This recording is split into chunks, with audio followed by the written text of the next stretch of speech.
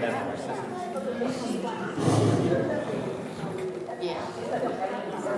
Good evening, everyone. How's everybody doing tonight? Good, good, good. First off, I'd like to thank all the friends and family and community members that have made it for this evening. I know it's on a Friday night, but I love to see all the commitment to our community. Thank you for coming here this evening. For those that don't know me, my name is Christopher Meek. I graduated from LHS back in 2008. Thank you to Our Savior's Lutheran Church for hosting the event this evening, and for Arcane High Insurance for supporting us. What we'll be going through tonight is first is a 3-minute introduction per each candidate, starting with Paul and ending with Ray. We will then go on to a 1-minute answer period where we've gone through the questions that you've given us, and we'll try to either go for that specific candidate or go down the line if it's a general question. Anyway, it should be a fun night. Thank you all for coming again, and let's go ahead and start with Paul. Testing. Just want to make sure. Good evening. I'm Paul Aziz, and I'm running for mayor. Why? Because our town desperately needs a new direction in leadership. We need transparency and accountability that's been sorely lacking in our elected officials. Over the past few years, like many of you, I've not liked what I've seen. I've been shocked at the lack of decorum and even the defiant attitude at the city council meetings towards each other, and even more shockingly towards the community. The lack of openness and transparency on the council and administration is evidence that they fail to realize they were placed in those positions to serve the people, not the other way around. There's no vision or planning for the future. That's why our water rates are high. Lack of communications, community input, and no transparency. The disrespectful attitude of the council towards citizens and each other, poor decisions such as the Justice Center. These reasons and many more brought me here today. For years we've been complaining about the problems plaguing our town, and that is why I put my name on the ballot for mayor. Let me tell you a little bit about who I am. I'm 51. I live with my sweetheart Dawn and our daughter Taylor, near downtown. And I moved here in 1997, and ever since then I've fallen in love with the town of Lebanon, and I loved it because it's called the town the Friendliness built when I moved here. My experience is I was a police officer in the city of Glendale, California for several years. I went on vacation, I dove in the river, and I broke my neck, and that's why I sit here today in the wheelchair. A better person, and dealing with those challenges making me a much better person. I was an aerospace manager for several years, and I also managed a technical support department in Albany with 80 people and a $3 million budget. I'm the owner of Paul's Computer Repair. I recognize many of you, and I've repaired some of your computers. And I teach computers and digital photography at LBCC for 10 years. I served on the Lebanon Parks and Tree Board, and I've also served on the Lebanon Planning Commission. I have 3 key areas that I want to talk about tonight, and one is a safe community and public trust. We need sufficient funding for the police department, courts, and jail. We need to maintain and encourage community programs, restoring public trust by more open communications from the mayor, city council, and city manager. I believe that videotaping every single public meeting and putting them online for the public to watch is a must. Elected officials need to be more accessible to the community. Long-term vision, number 2. I want to have the citizens of Lebanon create a vision of what Lebanon is going to look like in 10 years together. Public input on what we want our town to look like. This will help better our economic development, and we must have a long-term vision to do that. Number 3, a strong local economy. My business and livelihood depend on this. Encouraging a business-friendly environment, keeping and attracting jobs in Lebanon by limiting regulations, having shovel-ready jobs that attract businesses. I want to continue to build a vibrant and healthy downtown by working with groups such as Partners for Progress and the Lebanon Chamber. Create balanced growth that creates the small hometown feeling that we all like here, but businesses that are good for our town, such as the medical school and the Veterans Home. My opponent has done some good things for our town. However, it's time that we have a new generation of leaders. This coming Lebanon election can be stopped. Thank you. Keeping to the time. No problem.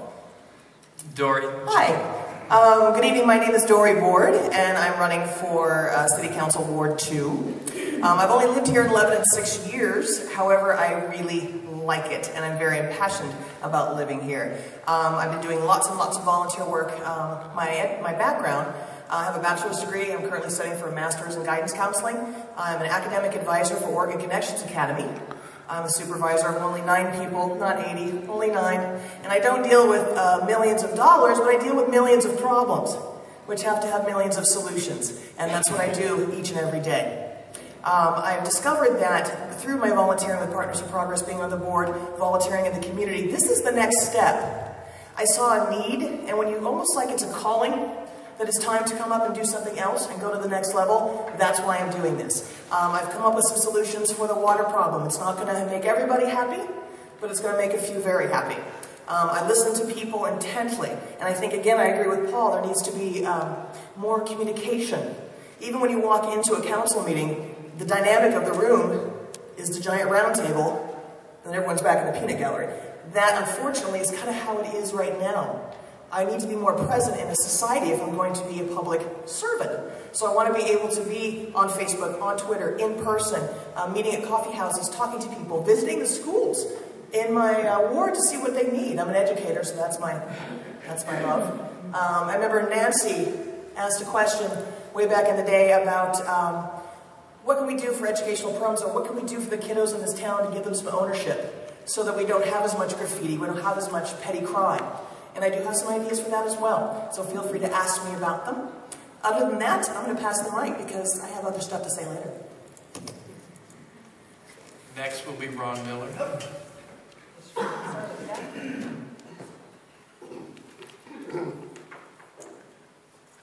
Good evening. Thank you for inviting us tonight. And I am Ron Miller. I'm going to take a look back. I began serving on Lebanon Council in late 1980. Betty Collins had that seat, and she stepped down, and I was appointed, and then started my first main term in 81. The 80s shaped up to be a very difficult time economically. Some of us probably don't remember that, but that's okay. Cuts were made to many departments, but budget meetings, let me tell you, were long and agonizing. However, I'd always supported law enforcement, even at the expense of the library, and I've made this comment before. I said, at 3 o'clock in the morning, am I going to call the librarian if somebody's beating my door down, or am I going to call the police? I'm going to call the police. At the present time, the police department is advertising for 5 positions to get the staff back where it should be.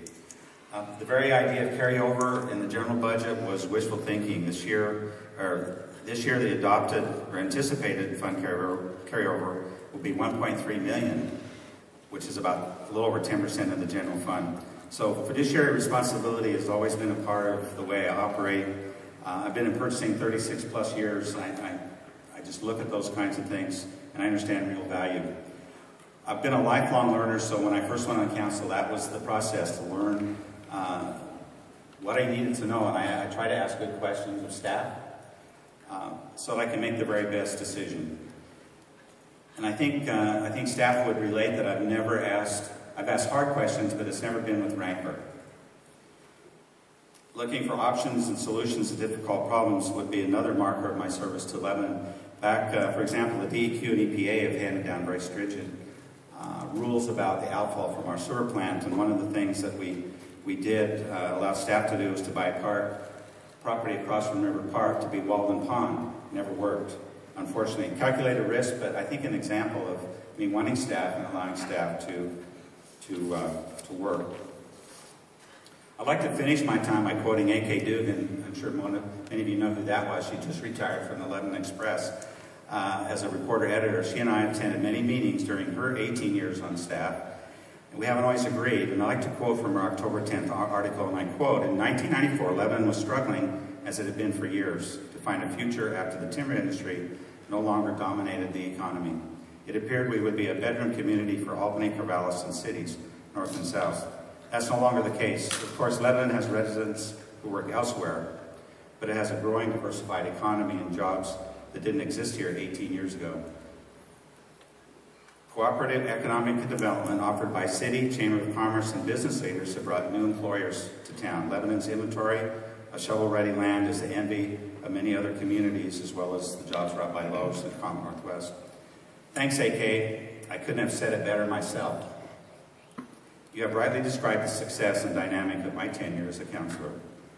Thank you for allowing me to share my story, and I ask for your vote. Thank you, Ron. Next will be Jason Bolen. Good evening. Thanks to everyone for coming, and thanks to our Saviors Lutheran RKI for putting this on. Can everybody hear me okay? Wonderful. I'm just going to tell you a little bit about myself and my background to give you a chance to get to know me a little better, and then obviously later we'll get some discussion on the issues. I'm 37 years old. I'm married. I have two beautiful young daughters here who I hope stay quiet throughout the night. It's always a challenge. I moved here 18 years ago. First thing I did when I moved to Lebanon was literally I went down to the fire department and I got an application to be a volunteer firefighter. As a boy, it's always a dream to be a firefighter. And here, you had the opportunity to do that, so it was the first thing I did. That kind of began my career of volunteerism and involvement in this community. And I think you'll understand, as I describe some things, why I'm running for council at this point. After about 2 years of volunteer work, I decided to pursue firefighting as a professional career, and I did just that. I went to Lynn Benton, I became an EMT. I abandoned my teaching pursuits and became an EMT. Then went to Chemeketa Community College, where I got my associates in my paramedic certification. And I currently serve as a lieutenant at the Lebanon Fire District. I serve at Station 34, which is across from the Chiba Lake area out there. And we're very proud of that new station and the people that work there. Also, during that time, I became heavily involved with the Boys and Girls Club. It was through the fire department I learned about the club and what it does for our kids in our community. And I've always been really passionate about youth activities, youth sports, most importantly. And I've coached just about every sport you can coach in this town, and I'm sure a lot of kids and grandkids have had me on the sidelines or on the side of the court coaching them and encouraging them. I worked there part-time. I worked there full-time. I think I was insane for a short period of time. I worked two full-time jobs, but they needed it, and so I stepped up and I filled that role for them for about a year full-time. Also got involved in the high school. I coached baseball on a volunteer basis at the freshman level for 6 years. I'm involved in the Aspire program there. I'm currently a member of the Lebanon Optimists. I'm very proud of what we're doing as an Optimist Club with especially our new gazebo project coming up. It's going to be a fantastic benefit for our community. I'm running on basically 3 principles: accessibility, accountability, and advancement. I think we need to be a more accessible city council so that our citizens can understand what's going on at the city level and in the level of city government that we have. It's very important that they're communicated with and that the citizens have an opportunity to be heard. That's really the biggest complaint that I've heard from people as I campaign, is that I don't feel like anyone listens. As far as accountability goes, it's important for me to learn the laws that govern my position and to stand by those laws as a counselor. And I will vow to do that as a city councilor. And advancement. I don't want to lose the history of Lebanon. It has a brilliant history and a wonderful history, but I think we need to maintain that while we continue to look for opportunities to grow responsibly in the future. That's what I'm running on, and I hope you have some great questions for us. Look forward to answering them, and I look forward to meeting you guys afterwards as well. Thank you very much. Thank you, Jason. Next will be Rebecca Grizzle. Good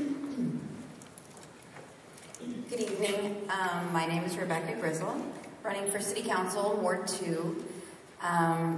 I grew up in Lebanon. This is my hometown. My family moved here in 1975 when, if you were here in 1975, it was a little bit different city. It was a thriving timber community. And it's where I began school. So I began school first grade in Queen Anne, which we no longer have. Then I moved on to Lebanon Middle School, which we no longer have. All my schools get torn down. But I did graduate Lebanon High School in 1987. And then I was an exchange student in Venezuela for a year. And came back, moved around Oregon, and came back in 1992 to raise my son in Lebanon. And by 1992, it was significantly different than we see today, or than it was in 1975. So I've seen Lebanon kind of ebb and flow. I've seen us have a thriving downtown that was great to grow up in. You know, going to Rexall, going to the 88-cent store. So I currently work at a local credit union. I've been there for 15 and a half years. I'm in the marketing department. I supervise the marketing department, and I supervise a $53 million loan portfolio. And I'm very passionate about Lebanon. I'm very involved with the Lebanon Chamber of Commerce. I am on the the board for Willamette Valley Rehabilitation, which is a wonderful facility I don't think enough people in town know about. I'm on the Civil Service Commission for the Lebanon Fire Department, and I'm passionate about Lebanon having responsible growth. When Jason's talking about maintaining the charm that Lebanon has, or the flavor. I wholeheartedly agree. I think you need a certain amount of growth because you need to be able to maintain a healthy working environment. You need to attract some jobs. But we need to do that responsibly, and we need to do that with the spirit of Lebanon is at heart a small town with people who care about each other. And we do need to be sure that we're very accessible, but that we listen to each other and that we care about each other's needs, and that's in a positive way. And I think that's what I bring to City Council, is being able to work with a variety of different personalities and still move forward in a positive way. So, thank you. Thank you, Rebecca Grizzle. It will be next is Ray Weldon. Yeah, I'm Ray Weldon, and I have served on the City Council for 8 years. Served in the Marines from 52 to 54, worked at Cascade Plywood for 22 years, and retired from the State Department of Consumer and Business Services after 18 years working in accounting, purchasing, and property control. I have an associate degree in accounting and business management from Benton Community College. I want Dwight King to know I appreciate the opportunity to thank the voters of Ward 1 for their faith in me to ensure that all expenditures of taxpayers' monies benefit their safety, health, and well-being when I'm voting on matters brought to the City Council. All City Councilors and Mayor are elected on the basis that they will produce a budget for the budget period as required by the state law at a meeting open to the public, and state laws will be followed when dispersing taxpayers' money. After the estimated budget is produced, voted on and passed by the City Council, the funds can be appropriated as budgeted. But after the budget has been approved, state laws go out the window. It seems I'm the only one requesting all state laws be followed.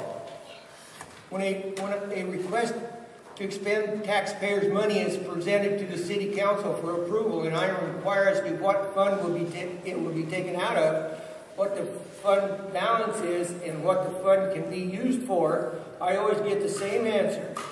There's money in the general fund to cover the request, and we will balance the other funds at the end of the budget period. That is just like having a slush fund. I mean, you can spend it any way you want to, and that's not right. In other words, after the budget for the special period has been improved, there is no funds control. Referring to the estimated budget to expend funds after the budget period has started is of no help. There is no way to know what the fund balance is. There is no way to know how much of the fund has been appropriated or if funds have been transferred in or out of it. What a way to run a city. And I've lived in Lebanon here over 50 years in the same house I'm in now. Raised a family, 2 daughters, and enjoyed the town. But I wanted to get involved in this to make sure that the citizens, our number one duty is to the citizens of Lebanon, and make sure that their taxes and fees paid are used for the purpose they have paid, and they aren't always done. Thank you. Thank you, Ray.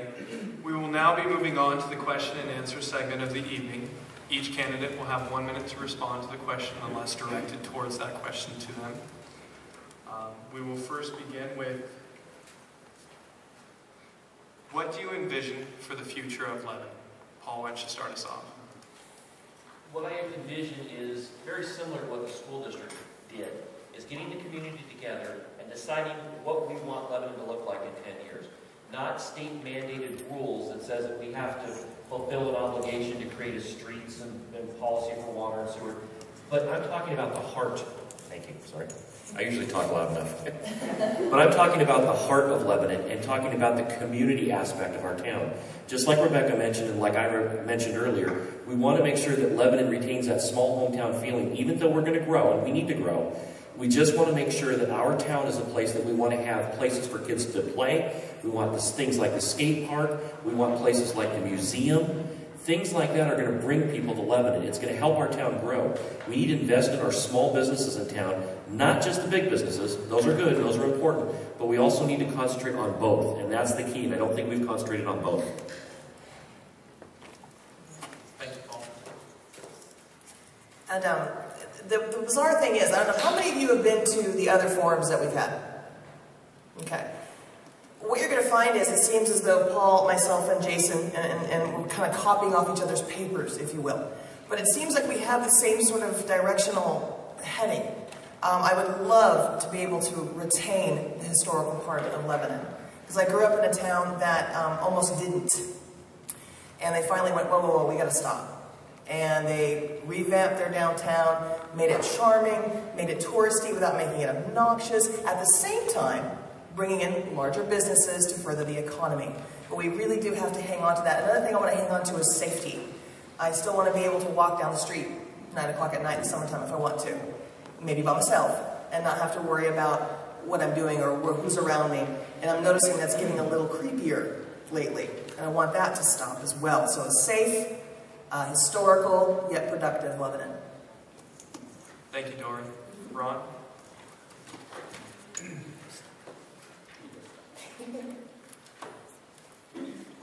I guess I'd like to give an example of what I see in the past and continue in the future. And I go back to A.K. Dugan's article that she wrote. It says, in 2000, voters approved a nearly $50 million bond measure to build 2 new schools and renovated several others.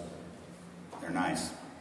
Before and after the bond passed, the school district and city cooperated in a trade that reduced costs of infrastructure for the new schools and kept what is now called Academy Square, the site of Lebanon's first school, in public hands. Unbeknownst to a lot of folks, there was the school district was pursuing private purchase of that property. So it would not look the way it looks now if the city had not cooperated and we as council had not gone after that. Thank you, Ron. The vision I have is the vision of a community. And when I say community, it's something that everyone feels proud to be a part of, and that people actually want to stay in and stay a part of. The last thing I want to see is an exodus from Lebanon because people can't afford to live here or the services aren't provided here that will keep working families around. Safety is a big thing for me. Our police need to be brought to the level they should be to properly protect us, investigate crimes, and give prevention programs to the community. Our downtown needs to thrive. That's a big deal for me. Partners for Progress, the Vitality Committee, those organizations are doing a great job. I think as a council, we need to reach out to those organizations and actually ask those business owners, those building owners, what they need and what will make their business more prosperous. We need to bring industry here that will support families on living wages. And we also need to pursue activities and facilities that will give working families a reason to want to come to Lebanon. Parks, recreation opportunities. I think the Sheila Lake Foundation is doing a fantastic job developing that. We need more of that in this community. That's what people are looking for. Thank you, Jason. I'm going to have to cut you off there. No problem. Go ahead, Rebecca. I think Lebanon has so many opportunities and natural resources. I think one of our, I think I see as a vision taking advantage of the advantages that we have. We're just a short way off of I-5 that lends itself to a lot of living wage jobs locating here in Lebanon if the city is really smart and if the city markets us to the right places. Then you can bring industry. Once you have some of the industries, you can support some of the smaller businesses, which I think we do need to focus on. I mean, I think Lebanon is greater for having a downtown that I really miss and I wish we had. So I see growth. Thank you, Rebecca. Well, yeah, excuse me, I'm a little hoarse here tonight. I think downtown needs more help than anything else does in this area. If the city had spent 1/10 of what they spend getting big box stores and businesses in town and still owe millions of dollars on them, if they could just spent 1/10 of that downtown, then businesses could all be going great guns right now. But they don't get any help from the city, and I think that's a real shame. In this city council, if we get different members, maybe we can solve that. Thank you. Thank you. Our next question we'll be starting with Ray. The question is, if elected, how will you impact the education of the Lebanon School District? Well, we aren't part of the school district, but we do have the police department and library that we control.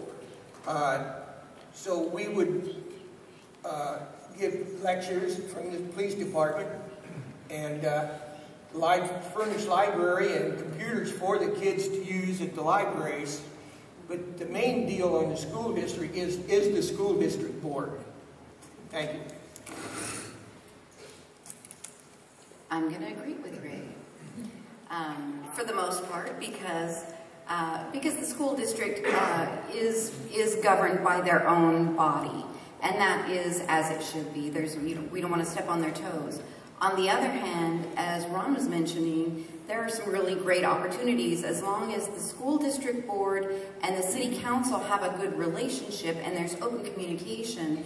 There are a lot of times that you don't know when that can be taken advantage of to mutual benefit of the community. And like Ray said, we have just a crown jewel of a library that I'm very proud of. I love when I have someone coming to town that is the introduction to the city. I think it shows a lot of civic pride, and I think it's a great resource for the kids, and something that can help them with education.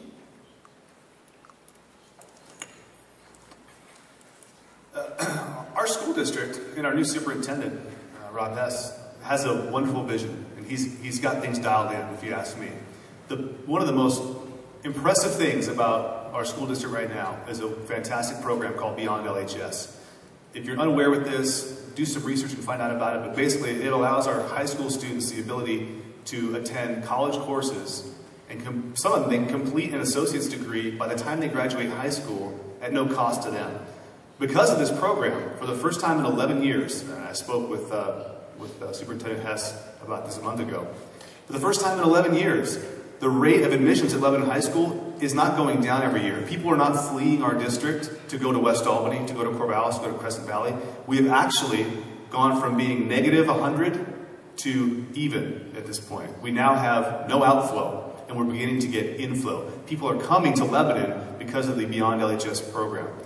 That's something that we need to prepare those students for, and to prepare them with jobs and with opportunity after they get out of high school.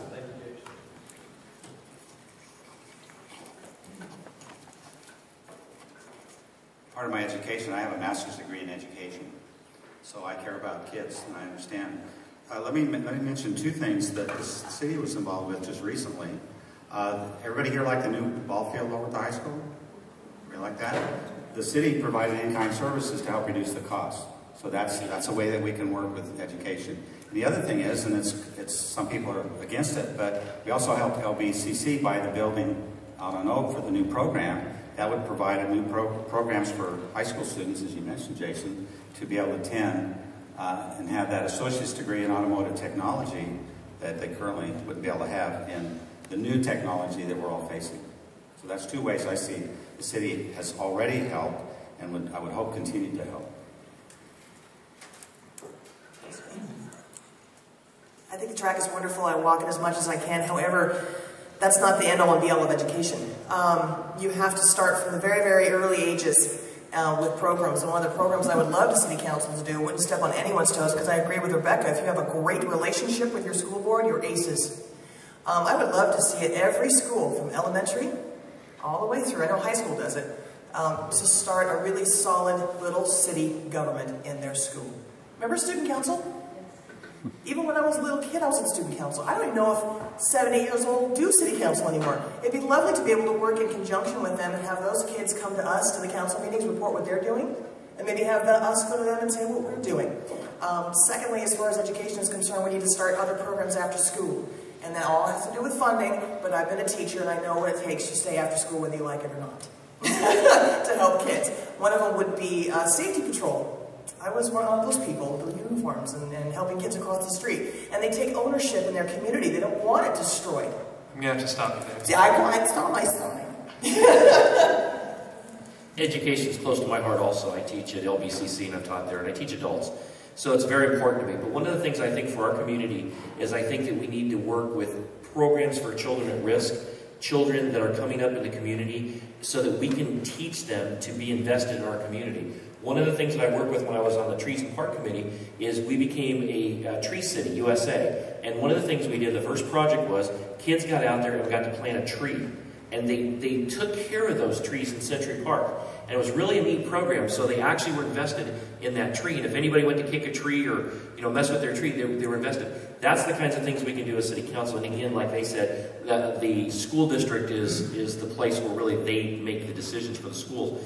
But the key is the school district, a few years ago, remember what we used to hear in the newspaper all the time, how bad the school district was and all the problems? Well, that's been changed, and that's because they have a vision. And that's what we need on City Council, is a vision for our City Council, for our whole community, just like the school district does. And that's where then we can make plans to move to that vision. Thank you, Paul. Next question. As we've all noticed driving down Main Street, there's quite a few vacant dealerships as well as vacant lots. It makes the town look a little depressing. How will you change that? I think we have to encourage, it's downtown and the whole strip, I guess all the way up and down Main Street, is that we need to encourage businesses to be able to grow. We want to grow our downtown. We talked about the historic district. That was mentioned in a previous forum that we had. That might be an idea that we do for downtown. But we need to fill these businesses with good businesses and not just junk shops. And we do have some good antique stores, but we want to make sure that we get some good businesses in there that will stay. Places like the ice cream store. There's some really neat businesses that we have downtown now. The coffee shop. There's just a lot of great places. That's the kind of thing we need to do. And we just need to continue to encourage businesses to come into town that will take those types of places. I know Walmart was a big thing at one time. We were really worried about what was going to happen to the old Walmart building.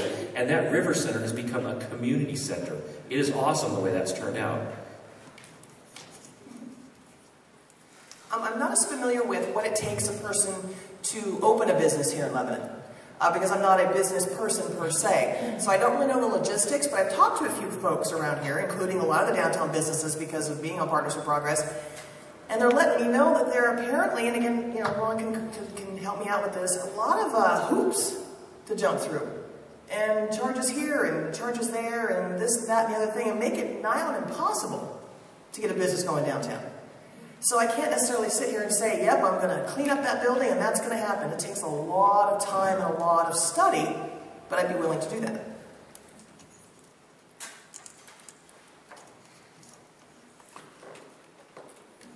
Downtown's always been a challenge.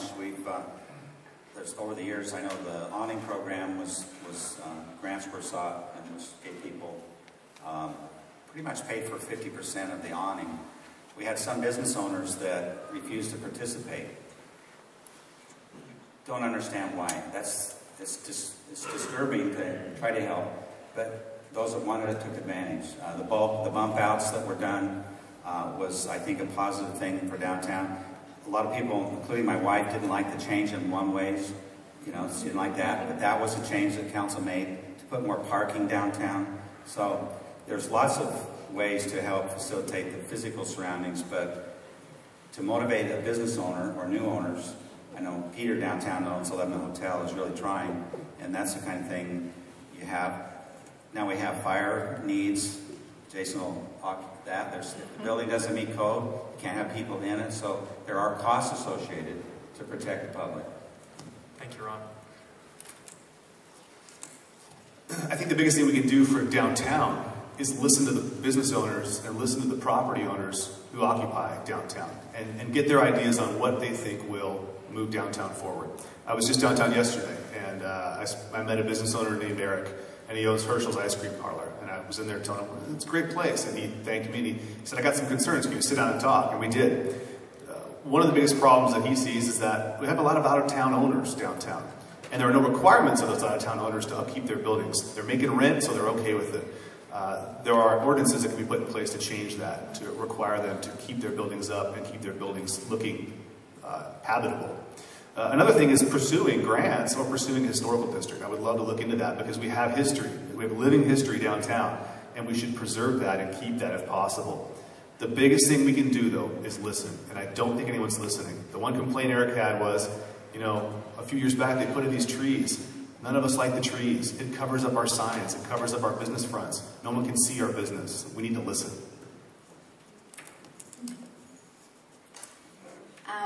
I'm not sure exactly. I think I'm a shameless capitalist.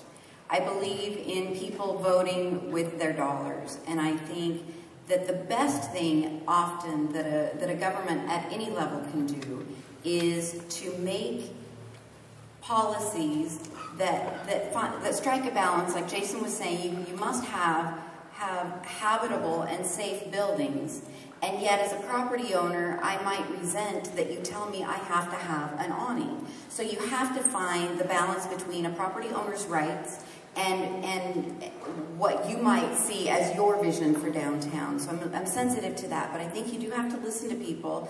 And I'm not sure, I think you need to make good policies and then get out of the way and let people run their business the way they see fit. Well, I just answered this on the last question a while ago when I said downtown gets no help from the city council at all. And, well, it's like when Hasty Freeze, when they wanted to take off part of the property there. The city could have helped out there, just like they put in all the drains and sewers and everything for the big stores out here for the schools and everything. But they won't do it. And I don't know why, because it wouldn't cost a fraction of what they're spending out there. And the city does have, it costs them a fortune just for building permits for anything downtown. And they can't afford it and run a business too. So the city has to help them. If they're going to help a big business, they got to help downtown too. Thank you. Thank you. Our next question, and we'll start with Ray. Economic vitality in town is crucial, as we all know. But what about increasing social capacity? What's your thoughts and feelings, and how would you increase it? Increase what? Social capacity. An example would be, for example, opportunities for youth or community building. Well, I'm the president of 501c3 that owns Scroggins Mill. And we're trying to make that into a museum, learning center, and a park. Because we own the whole block. But just as we got that, all the money went to heck, you know.